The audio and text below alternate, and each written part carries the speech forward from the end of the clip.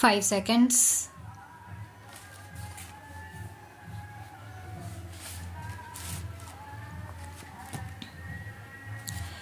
The ministry has taken care to foster regional languages. For that purpose, it has spent certain amounts, but with that major amount, they cannot expect to develop all the regional languages which are recognized in our constitution. Then there are certain languages which are not recognized but which are rich. Some amount should be spent for their development also. The Sahitya Academy is a national academy of letters. It has to work for all the Indian languages.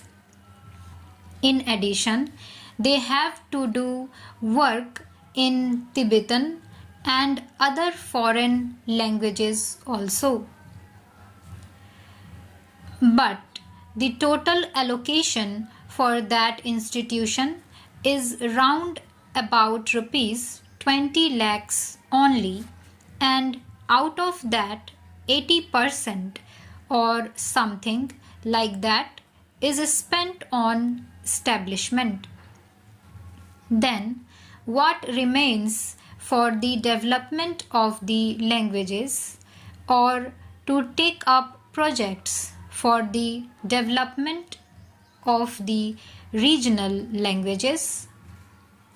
Therefore, I would urge upon the minister to take a special note of it if he is really desirous that the regional languages should be developed, and give assistance and encouragement to the voluntary organizations and more particularly to the Sahitya Academy.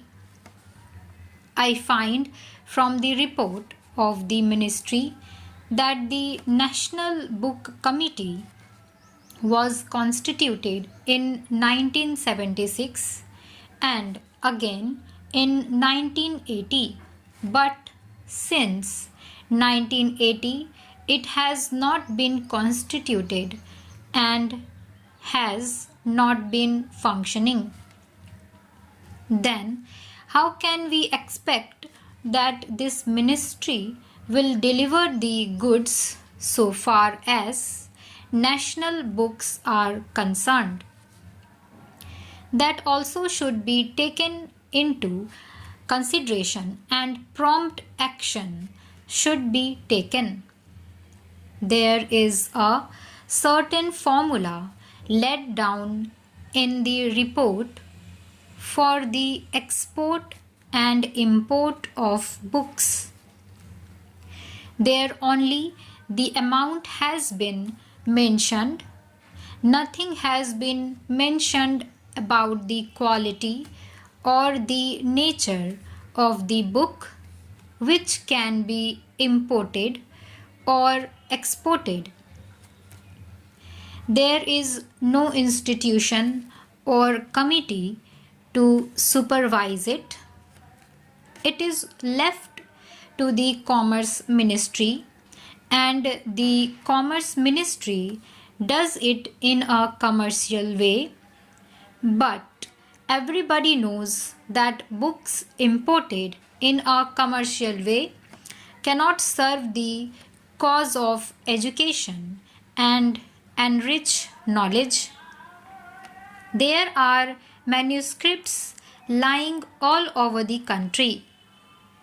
There is a saying in respect of Greek that what has been published in a language is only 1/10 of what exists. So far as Sanskrit and other regional languages are concerned, what has been published is only 1/20th of the manuscripts lying all over the country. So far as education is concerned, we are entering a new phase.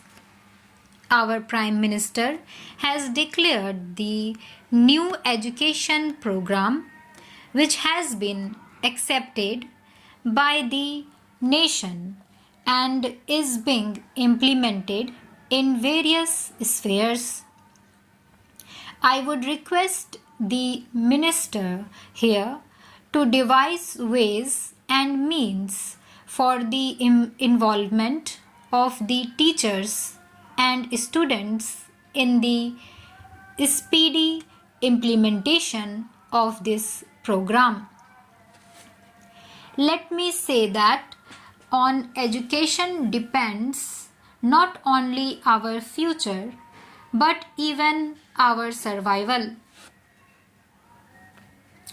I do not think we have realized this obvious truth, but sometimes even an obvious truth has to be repeated. If that is so, I would like to ask my dear and esteemed friend, the Education Minister, and his able colleague, whether they and we together have really succeeded in giving priority to education, educational programs, and allot them adequate funds.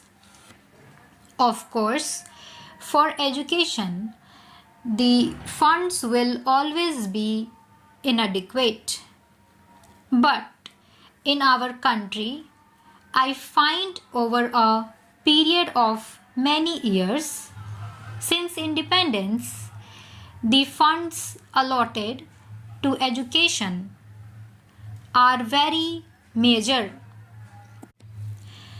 One argument advanced is, why do you want to spend more on education and create educated unemployed? I feel this is a contradiction in terms. If a person is educated, how can he be unemployed? It means we are not educating him properly. A truly educated man will always be employed. If nothing else, he will be self-employed. But unfortunately, our education is such that even self-employment has become almost an impossibility. Coming back to my main point, I would like education to be given the topmost priority by all concerned, by the community at large, by the union and state government, and by the leaders of public opinion. For many years, the Education Ministry is not represented at the cabinet level. I cannot imagine a cabinet of any democratic country where a minister of education is not a member of the highest policy making body, namely the Council of Ministers. If you want to spend money in other spheres, but if you do not consult and involve the education ministers, who is really to give you the manpower, you cannot get the desired results.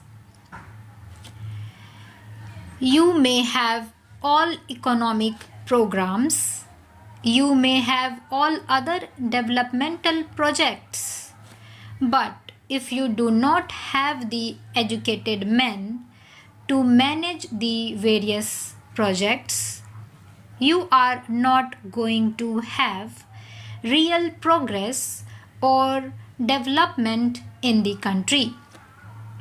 Therefore, I feel that as long as the education minister is not a member of the cabinet and he is not a part of the council of ministers, I do not think any effort at discussing these points in this August House will be of much significance. Stop.